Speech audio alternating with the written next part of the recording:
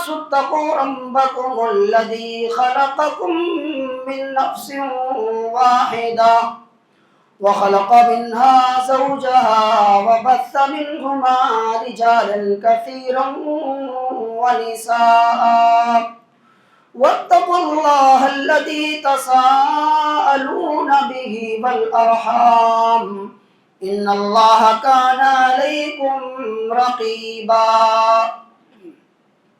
يا أيها الذين آمنوا اتقوا الله وقولوا قولا سديدا يصلح لكم أعمالكم ويغفر لكم ذنوبكم ومن يطع الله ورسوله فقد فاز فوزا عظيما أما بعد فإن أصدق الحديث كتاب الله وأحسن الهدي هدي محمد صلى الله عليه وسلم وشر الأمور محدثاتها وكل محدثة بدعة وكل بدعة ضلالة وكل ضلالة في النار فقد قال الله تبارك وتعالى في كلامه المجيد أعوذ بالله من الشيطان الرجيم بسم الله الرحمن الرحيم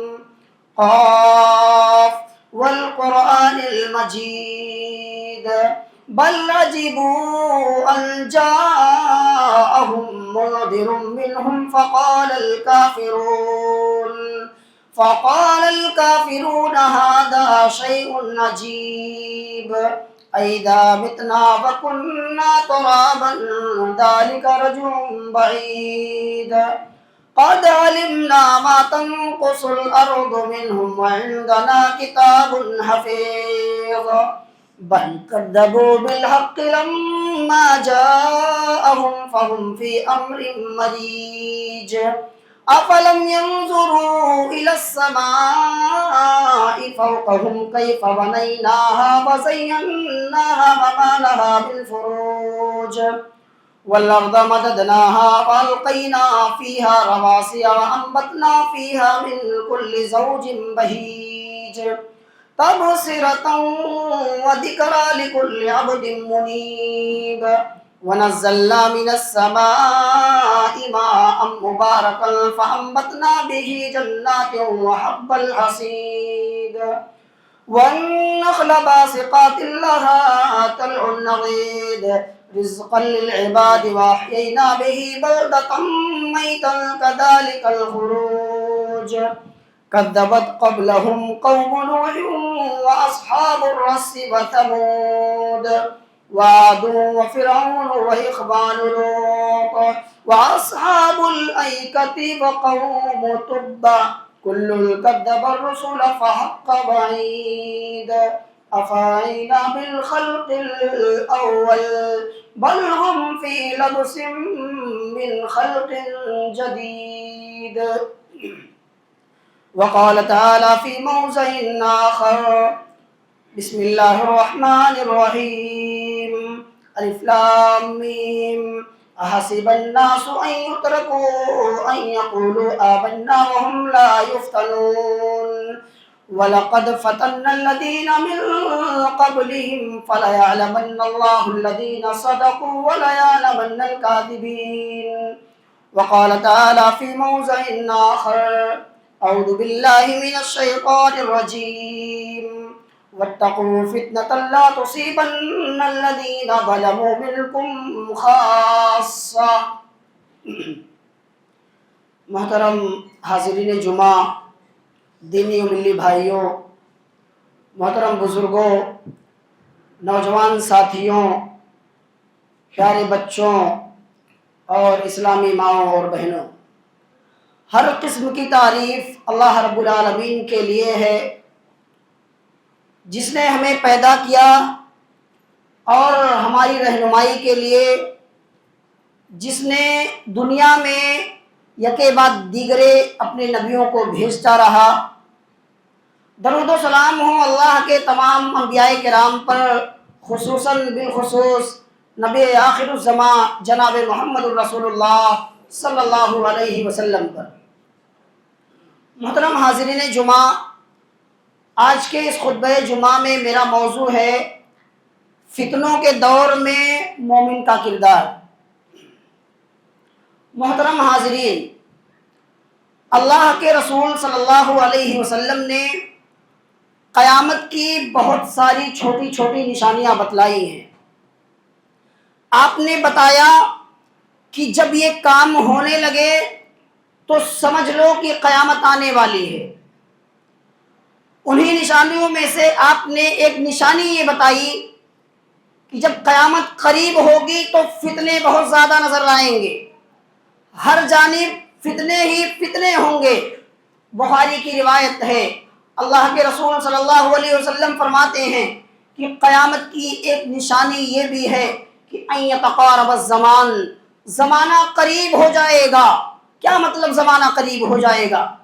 یعنی ٹائم بہت تیزی کے ساتھ گزرے گا، سال مہینے کی طرح گزرے گا، مہینہ ہفتہ کی طرح، ہفتہ دن کی طرح گزرے گا، زمانہ قریب ہو جائے گا۔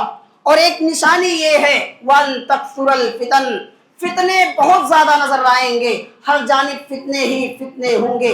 وَيَلْقَى الشُّحَّ، اور لوگوں کے دلوں میں مال کی محبت ڈال دی جائے گی، لوگوں کے دلوں میں دولت کمانے کا حرص ڈال دیا جائے گا، انسان کی زندگی کا مقصد صرف دولت کمانا ہوگا۔ اور آگے فرمایا وَيَكْثُرَ الْحَرَجُ، اور خون خرابہ، قتل و غارت گیری عام ہو جائے گی، لوگ ایک دوسرے کے خون کے پیاسے ہوں گے۔ تو جو یہ حدیث میں کہا گیا ہے کہ فتنے بہت زیادہ ہوں گے، کیا مطلب ہوتا ہے فتنے کا؟ کیا مطلب ہوتا ہے فتنے کا؟ تو فتنے کا جو اصل مطلب ہوتا ہے وہ یہ ہے کہ فتنے کا اصل مطلب ہوتا ہے امتحان، آزمائش۔ اللہ رب العالمین ہر دور میں کچھ ایسی چیزیں دنیا کے اندر بھیجتا ہے، کچھ ایسی چیزیں دنیا کے اندر نازل کرتا ہے جو انسان کے ایمان کے لیے امتحان ہوتی ہیں، جو انسان کے ایمان کے لیے آزمائش ہوتی ہیں۔ تو ہر وہ چیز جس سے انسان کا ایمان خطرے میں پڑ جائے، ہر وہ چیز جو انسان کے ایمان کے لیے خطرہ ہو، وہ چیزیں فتنہ ہیں۔ اللہ تعالیٰ فرماتا ہے قرآن کریم میں سورہ عنکبوت کے شروع میں فرماتا ہے الف لام میم احسب الناس ان یترکوا ان یقولوا آمنا وهم لا یفتنون۔ اللہ کہتا ہے کہ کیا لوگوں نے یہ سمجھ لیا ہے کہ یہ کہہ دینے سے کہ ہم مومن ہو گئے، ہم مسلمان ہو گئے، ہم ایمان لے آئے، کیا یہ کہہ دینے سے وہ بچ جائیں گے، ان پر فتنے نازل نہیں ہوں گے، ان کو آزمایا نہیں جائے گا، ان کا امتحان نہیں لیا جائے گا؟ کیا لوگوں نے یہ سمجھ رکھا ہے؟ آگے اللہ فرماتا ہے وَلَقَدْ فَتَنَّ الَّذِينَ مِن قَبْلِهِمْ فَلَا يَعْلَمَنَّ اللَّهُ الَّذِينَ صَدَقُوا وَلَا يَعْلَمَنَّ الْكَاذِبِينَ۔ اللہ کہتا ہے کہ ہم نے تم سے پہلے کے لوگوں کو بھی آزمایا ہے، ہم نے تم سے پہلے کے لوگوں کے اوپر بھی فتنے نازل کیے ہیں۔ اور یہ فتنے ہم کیوں نازل کرتے ہیں، یہ ہم آزمائش میں لوگوں کو کیوں ڈالتے ہیں؟ اللہ کہتا ہے فَلَا يَعْلَمَنَّ اللَّهُ الَّذِينَ صَدَقُوا وَلَا يَعْلَمَنَّ الْكَاذِبِينَ۔ اللہ تعالیٰ ہر دور میں دنیا کے اندر فتنے اس لیے نازل کرتا ہے تاکہ لوگوں کے ایمان کا امتحان ہو جائے، تاکہ اللہ رب العالمین دیکھے کہ تم میں کون اپنے ایمان میں سچا ہے، کس کا ایمان سچا ہے، کس کا ایمان جھوٹا ہے، کون اپنے ایمان میں کمزور ہے اور کون اپنے ایمان میں مضبوط ہے۔ اللہ رب العالمین امتحان لینے کے لیے فتنوں کو نازل کرتا ہے۔ ایک اور آیت میں اللہ رب العالمین فرماتا ہے، سورہ انفال کی آیت ہے، اللہ کہتا ہے وَاتَّقُوا فِتْنَةً لَا تُصِيبَنَّ الَّذِينَ ظَلَمُوا مِنْكُمْ خَاصَّةً۔ اللہ کہتا ہے اے ایمان والو، اس فتنے سے بچو، جو فتنہ آئے گا تو صرف ظالموں کو نہیں پکڑے گا، جو فتنہ آئے گا تو صرف گناہ گاروں کو نہیں پکڑے گا، بلکہ جب وہ فتنہ آئے گا تو بڑے بڑے نیک قسم کے لوگ، پرہیزگار لوگ، دیندار لوگ اس کی چپیٹ میں آ جائیں گے۔ اس فتنے سے اپنے آپ کو بچاؤ۔ اللہ کے نبی صلی اللہ علیہ وسلم ایک مرتبہ مدینے کے ٹیلے پر چڑھے، ایک پہاڑ پر چڑھے، پہاڑ پر چڑھنے کے بعد آپ نے صحابہ سے کہا اے میرے صحابہ ہل ترون ما ارا، اے میرے صحابہ کیا تمہیں وہ دکھائی دے رہا ہے جو میں دیکھ رہا ہوں؟ صحابہ نے کہا اے اللہ کے رسول ہم کچھ نہیں دیکھ پا رہے ہیں، آپ کیا دیکھ رہے ہیں؟ اللہ کے رسول نے کہا انی اری الفتنہ خلال بیوتکم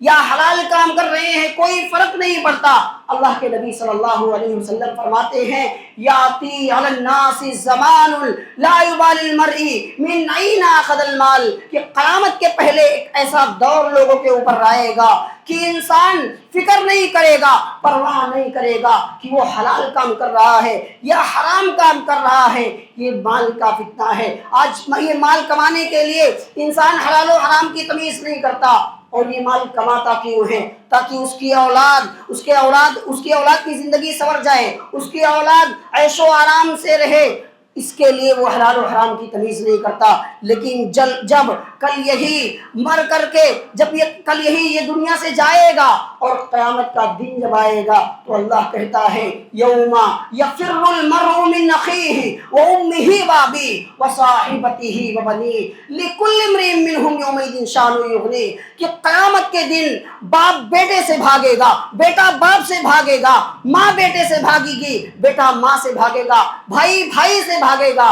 میرے بھائیوں، آپ روزی کمائیے، اللہ رب العالمین سے حلال رزق کی دعا کیجئے، حلال روزی کمائیے، حرام سے بچیے۔ یہ مال کا فتنہ ہے۔ اسی طرح سے کرسی کا فتنہ، عہدے کا فتنہ، مجھے مدرسے کا ناظم بنا دیا جائے، مجھے مسجد کا متولی بنا دیا جائے، مجھے جماعت کا امیر بنا دیا جائے، یہ فتنہ بڑا خطرناک فتنہ ہے۔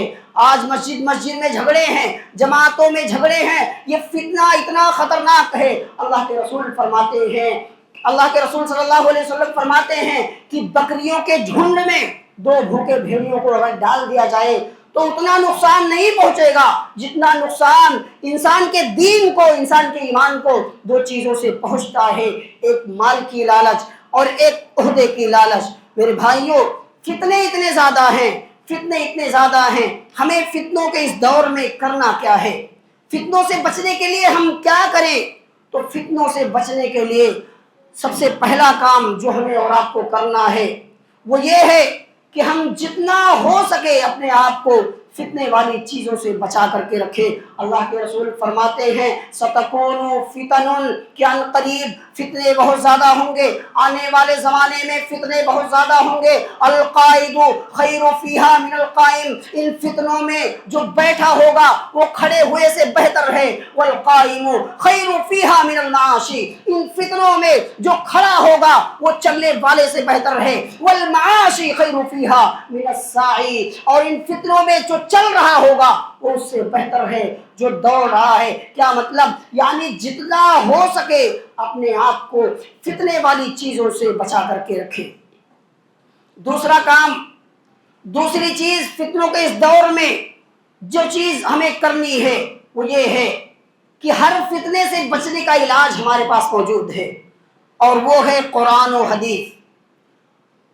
اللہ کے رسول صلی اللہ علیہ وسلم فرماتے ہیں کہ ترکت فیکم امرین، میں تمہارے درمیان 2 چیزیں چھوڑ کر کے جا رہا ہوں، ان تمسکتم بہما، جب تک تم ان دونوں چیزوں کو تھامے رہو گے، ان پر عمل کرتے رہو گے، لن تضلوا بعدہا، تب تک تم گمراہ نہیں ہو سکتے، تب تک تمہیں کوئی فتنہ نقصان نہیں پہنچا سکتا ہے۔ وہ 2 چیزیں کیا ہیں؟ کتاب اللہ و سنت رسولہ، اللہ کی کتاب ہے، رسول کی سنت ہے، رسول کا طریقہ ہے، رسول صلی اللہ علیہ وسلم کی حدیث ہے، کتاب اللہ و سنت رسولہ۔ اللہ کے رسول نے کہا جب تک ان دونوں چیزوں کو پکڑے رہو گے تب تک تم گمراہ نہیں ہو سکتے، تب تک فتنوں کا شکار نہیں ہو سکتے، اور جہاں تم رسول کے طریقے سے ہٹے وہاں طرح طرح کے فتنے تمہیں اپنی گرفت میں لے لیں گے، طرح طرح کے فتنوں کے شکار ہو جاؤ گے۔ آج دیکھیں ہمارے ملک میں کتنے مسائل چل رہے ہیں۔